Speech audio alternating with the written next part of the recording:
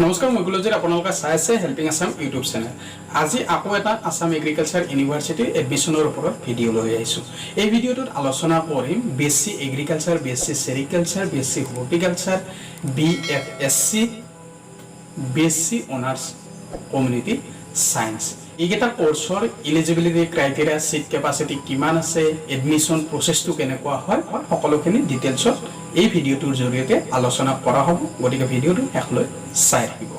আৰু এই সকলোখিনি আলোচনা কৰা হ'ব এইবাৰৰ যিখন ইনফৰমেশ্যন বুলেটিন আছে 2020-21 সেইখনৰ ওপৰত ভিত্তি কৰি এই সকলোখিনি আলোচনা কৰা হ'ব। মূল ভিডিঅ' আৰম্ভ কৰাৰ আগতে জনাই দিছোঁ যে আসাম এগ্ৰিকালচাৰ ইউনিভাৰ্চিটিৰ অনলাইন এপ্লিকেশ্যন আৰম্ভ হৈ গৈছে আৰু লাষ্ট ডেটটো হৈছে 20 আগষ্ট 2020।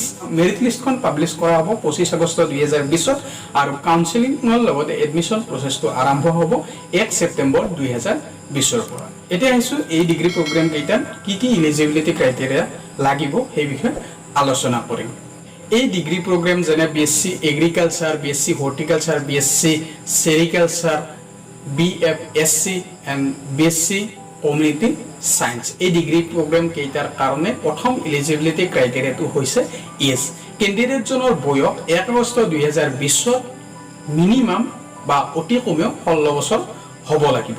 আন এটা ক্ৰাইটেৰিয়া হৈছে কেণ্ডিডেটজনে কোৱালিফাই এক্সামিনেশ্যনটো এবাৰতে বা ওৱান চিটিঙতে পাছ কৰা হ'ব লাগিব। নাইবা কেণ্ডিডেটজনে বেটাৰমেণ্ট দি পাছ কৰিলেও হ'ব, কিন্তু কেণ্ডিডেটজনে মিনিমাম 4টা সাবজেক্টত যেটো নেকি বোৰ্ডৰ ক্ৰাইটেৰিয়া থাকে সেইমতে বেটাৰমেণ্ট দি পাছ কৰা হ'ব লাগিব। আৰু যদি কেণ্ডিডেটজনে সাপ্লিমেন্টাৰী বা কম্পাৰ্টমেন্টেল বা ইমপ্ৰুভমেন্ট এক্সামিনেশ্যন যিকোনো এটা সিঙ্গল সাবজেক্টত দি পাছ কৰে তেতিয়াহ'লে সেই কেণ্ডিডেটজন ইলিজিবল নহয় কোনো এটা ডিগ্ৰী প্ৰগ্ৰামৰ কাৰণে।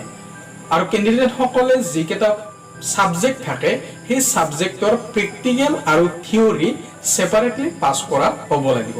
যদি পাছ নকৰে তেতিয়াহ'লে ইলিজিবল নহ'ব। এতিয়া আহিছোঁ BSc honours agriculture, BSc honours horticulture, BSc honours sericulture আৰু বিএফএসসি ডিগ্ৰী প্ৰগ্ৰামৰ কি স্পেচিয়েল ইলিজিবিলিটি ক্ৰাইটেৰিয়া আছে সেই বিষয়ে আলোচনা কৰিম। কেণ্ডিডেটজনৰ কাৰণে কোৱালিফাই এক্সামিনেশ্যনটো হ'ব 10+2 বা হায়াৰ ছেকেণ্ডাৰী বা ইণ্টাৰমিডিয়েট এক্সামিনেশ্যন ৰিকগনাইজ বৰ্ড বা ইউনিভাৰ্চিটিৰ পৰা পাছ কৰা হ'ব লাগিব। লগতে সাবজেক্ট গ্ৰুপ দুটা দিয়া আছে, এই সাবজেক্ট গ্ৰুপ দুটাৰ যিকোনো এটা থাকিব লাগিব। এটা সাবজেক্ট গ্ৰুপ হৈছে ফিজিক্স, কেমিষ্ট্ৰি এণ্ড বায়'লজি চমুকৈ PCB আৰু আন এটা সাবজেক্ট গ্ৰুপ হৈছে ফিজিক্স, কেমিষ্ট্ৰি, এগ্ৰিকালচাৰ চমুকৈ PCAG। এই সাবজেক্ট গ্ৰুপ দুটাৰ যিকোনো এটা সাবজেক্ট গ্ৰুপ কেণ্ডিডেটজনৰ থাকিব লাগিব। এতিয়া আহিছোঁ কেণ্ডিডেটজনে কিমান পাৰ্চেন্টেজ মিনিমাম পাৰ্চেন্টেজ পাব লাগিব। জেনেৰেল OBC UPS কেটেগৰীৰ কেণ্ডিডেট এজনৰ কাৰণে এগ্ৰিগেট পাৰ্চেন্টেজটো হ'ব মিনিমাম 50%। আনহাতে SC, ST, DSC কেটেগৰীৰ কেণ্ডিডেট এজনৰ বাবে এগ্ৰিগেট পাৰ্চেন্টেজটো হ'ব মিনিমাম 40% আৰু এইটো কোৱালিফাই এক্সামিনেশ্যনত পাব লাগিব, অৰ্থাৎ 10+2 বা হায়াৰ ছেকেণ্ডাৰী বা ইণ্টাৰমিডিয়েট এক্সামিনেশ্যনত পাব লাগিব। এতিয়া বহুতে প্ৰশ্ন কৰিব পাৰে যে এই পাৰ্চেন্টেজটো অভাৰঅল পাৰ্চেন্টেজ হয় নেকি? এই পাৰ্চেন্টেজটো অভাৰঅল পাৰ্চেন্টেজ নহয়, যিকেইটা সাবজেক্ট গ্ৰুপ দিয়া আছে তাৰে যিকোনো এটা সাবজেক্ট গ্ৰুপৰ এইটো এগ্ৰিগেট পাৰ্চেন্টেজ হয়। অৰ্থাৎ ফিজিক্স, কেমিষ্ট্ৰি, বায়'লজি থাকিলে চমুকৈ PCB এইটো পাৰ্চেন্টেজ হয়। নাইবা যদি ফিজিক্স, কেমিষ্ট্ৰি, এগ্ৰিকালচাৰ থাকে তেনেহ'লে এইটো তাৰে পাৰ্চেন্টেজ হ'ব। জেনেৰেল OBC UPS কেটেগৰীৰ কাৰণে হ'ব 50% আৰু SC, ST, DSC কেণ্ডিডেট সকলৰ কাৰণে পাৰ্চেন্টেজটো হ'ব 40%। এতিয়া আহিছোঁ বিএসসি অনাৰ্ছ কমিউনিটি সায়েন্স বা ফুড নিউট্ৰিশ্যন এণ্ড ডায়েটেটিক ডিগ্ৰী প্ৰগ্ৰামৰ কি স্পেচিয়েল ইলিজিবিলিটি ক্ৰাইটেৰিয়া থাকে। কেণ্ডিডেটজনৰ কাৰণে কোৱালিফাই এক্সামিনেশ্যনটো হ'ব হায়াৰ ছেকেণ্ডাৰী বা 10+2 বা ইণ্টাৰমিডিয়েট এক্সামিনেশ্যন যিকোনো ৰিকগনাইজ বৰ্ড বা ইউনিভাৰ্চিটিৰ পৰা পাছ কৰা হ'ব লাগিব।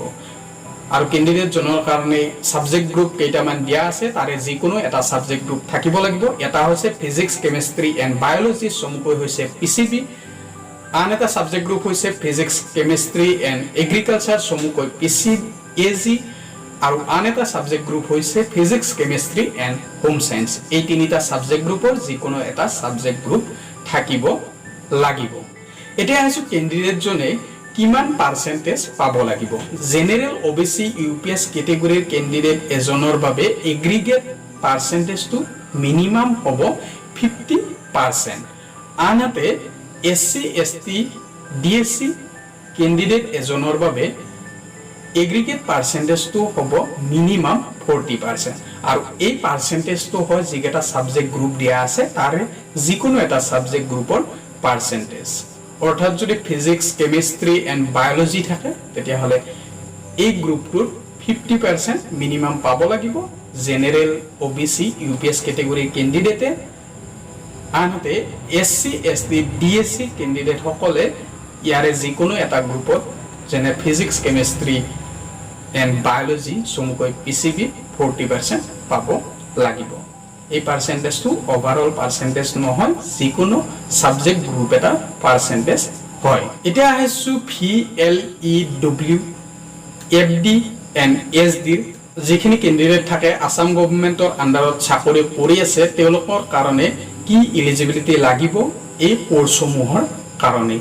ক্যান্ডিডেট জনে হায়ার সেকেন্ডারি বা 10+2 বা ইকুইভ্যালেন্ট এক্সামিনেশন পাস করা হ'ব লাগিব। আৰু সাবজেক্ট গ্ৰুপ দিয়া আছে ফিজিক্স কেমিস্ট্ৰি আৰু বায়োলজি। আৰু যদি বায়োলজিটো নাথাকে বটানি এন্ড জুলজি থাকিলেও হ'ব বায়োলজিৰ হলনি। লগতে দিয়া আছে পাৰ্সেন্টেজটো দিয়া আছে 45% পাব লাগিব। আৰু এটা দিয়া আছে সকলো কেইটা সাবজেক্টতে এবাৰতে পাস কৰা হ'ব লাগিব কোয়ালিফাইড এক্সামিনেশন অৰ্থাৎ হাই সেকেন্ডাৰি 10+2 বা ইকুইভ্যালেন্ট এক্সামিনেশন। এজ লিমিটটো হ'ব 35 ইয়াৰ্ছতকৈ বেছি হ'ব নালাগিব 1 আগষ্ট 2020। ক্যান্ডিডেট জনৰ ফিল্ড লেভেলত 3 বছৰ কাম কৰা অভিজ্ঞতা থাকিব লাগিব। আৰু আন এটা ক্ৰাইটেৰিয়া দিয়া আছে যদি BSc অনাৰ্স এগ্ৰিকালচাৰত এপ্লাই কৰিব বিচাৰে তেনেহলে ডাইৰেক্টৰ অফ এগ্ৰিকালচাৰ। আনহাতে BFSC এপ্লাই কৰিব বিচাৰে তেনেহলে ডাইৰেক্টৰ অফ ফিচাৰিজ। আৰু যদি BSc অনাৰ্স সেৰিকালচাৰত এপ্লাই কৰিব বিচাৰে তেনেহলে ডাইৰেক্টৰ অফ সেৰিকালচাৰ গভৰ্নমেন্ট অফ আসামৰ পৰা স্পন্সৰ কৰা ক্যান্ডিডেট হ'ব লাগিব। এই সকলোখিনি ডিগ্ৰী প্ৰগ্ৰামৰ কাৰণ। এইটো সিট ক্যাপাসিটি কিমান আছে কলেজ অফ এগ্ৰিকালচাৰ যোৰহাটত BSc অনাৰ্স এগ্ৰিকালচাৰৰ কাৰণে সিট ক্যাপাসিটি আছে 135টা। যোৱাবাৰ আছিল এইটো 130টা, এইবাৰ 5টা সিট বাঢ়িছে। আৰু হাইফি ক্যাটেগৰীৰ কাৰণে সিট আছে 30টা। একেদৰে BN college of agriculture Biswanath চাৰিআলিত BSc অনাৰ্স এগ্ৰিকালচাৰ কোৰ্সৰ কাৰণে সিট আছে 55টা অৰ্থাৎ 55টা। একেদৰে SCS কলেজ অফ এগ্ৰিকালচাৰ সাপৰ ধুবুৰীত BSc অনাৰ্স এগ্ৰিকালচাৰৰ কাৰণে সিট আছে 44টা অৰ্থাৎ 46টা। আনহাতে কলেজ অফ কমিউনিটি সায়েন্স যোৰহাটত BSc অনাৰ্স কমিউনিটি সায়েন্সৰ কাৰণে সিট ক্যাপাসিটি হৈছে 50টা। একেদৰে BSc honours food nutrition and ডায়েটেটিক্সৰ কাৰণে সিট ক্যাপাসিটি হৈছে 28টা। একেদৰে কলেজ অফ ফিচাৰী ৰহাট BFSC সিট ক্যাপাসিটি হৈছে 28টা। একেদৰে কলেজ অফ হৰ্টিকালচাৰত BSc অনাৰ্স হৰ্টিকালচাৰৰ কাৰণে সিট ক্যাপাসিটি হৈছে 27টা।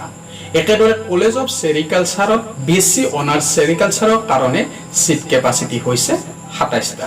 আৰু এই সকলোখিনি ডিগ্ৰী প্ৰগ্ৰামৰ কাৰণে কোনো ধৰণৰ এক্সাম নহয় মেৰিট বেসিছৰ ওপৰত কাউন্সেলিংটো হ'ব। আৰু এই মেৰিট লিষ্টখন পাবলিশ কৰা হ'ব 25 আগষ্ট 2020। একেদৰে কাউন্সেলিং বা এডমিশনটো হ'ব 1 সেপ্টেম্বৰ 2020 পৰা। গতিকে আজিৰ ভিডিওটোত এইখিনি আছিল। যদি ভিডিওটোৰ পৰা উপকৃত হোৱা বুলি ভাবিছে বা ভাল লাগিছে তেনেহলে লাইক এটা কৰি দিব। আৰু যদি কিবা জনাবলগীয়া বা সুধিবলগীয়া আছে তেনেহলে কমেন্টত লিখিব পাৰে। মোৰ যদি জ্ঞাত থাকে মই নিশ্চয়কৈ ৰিপ্লাই কৰি দিম বা ভিডিওৰ জৰিয়তে জনাই দিম। আৰু লগৰ বন্ধু বান্ধৱীসকলক শ্বেয়াৰ কৰি দিব যাতে তেওঁলোকেও উপকৃত হ'ব পাৰে। আৰু যদি চেনেলটো এতিয়ালৈকে সাবস্ক্ৰাইব কৰা নাই এনে ধৰণৰ ভিডিও পাই থাকিবলৈ চেনেলটো সাবস্ক্ৰাইব কৰি ল'ব পাৰে। সকলোকে ধন্যবাদ জনাই মই কুলজিত কলিতাই ভিডিওটো ইমানতে সামৰণি মাৰিলোঁ। ধন্যবাদ।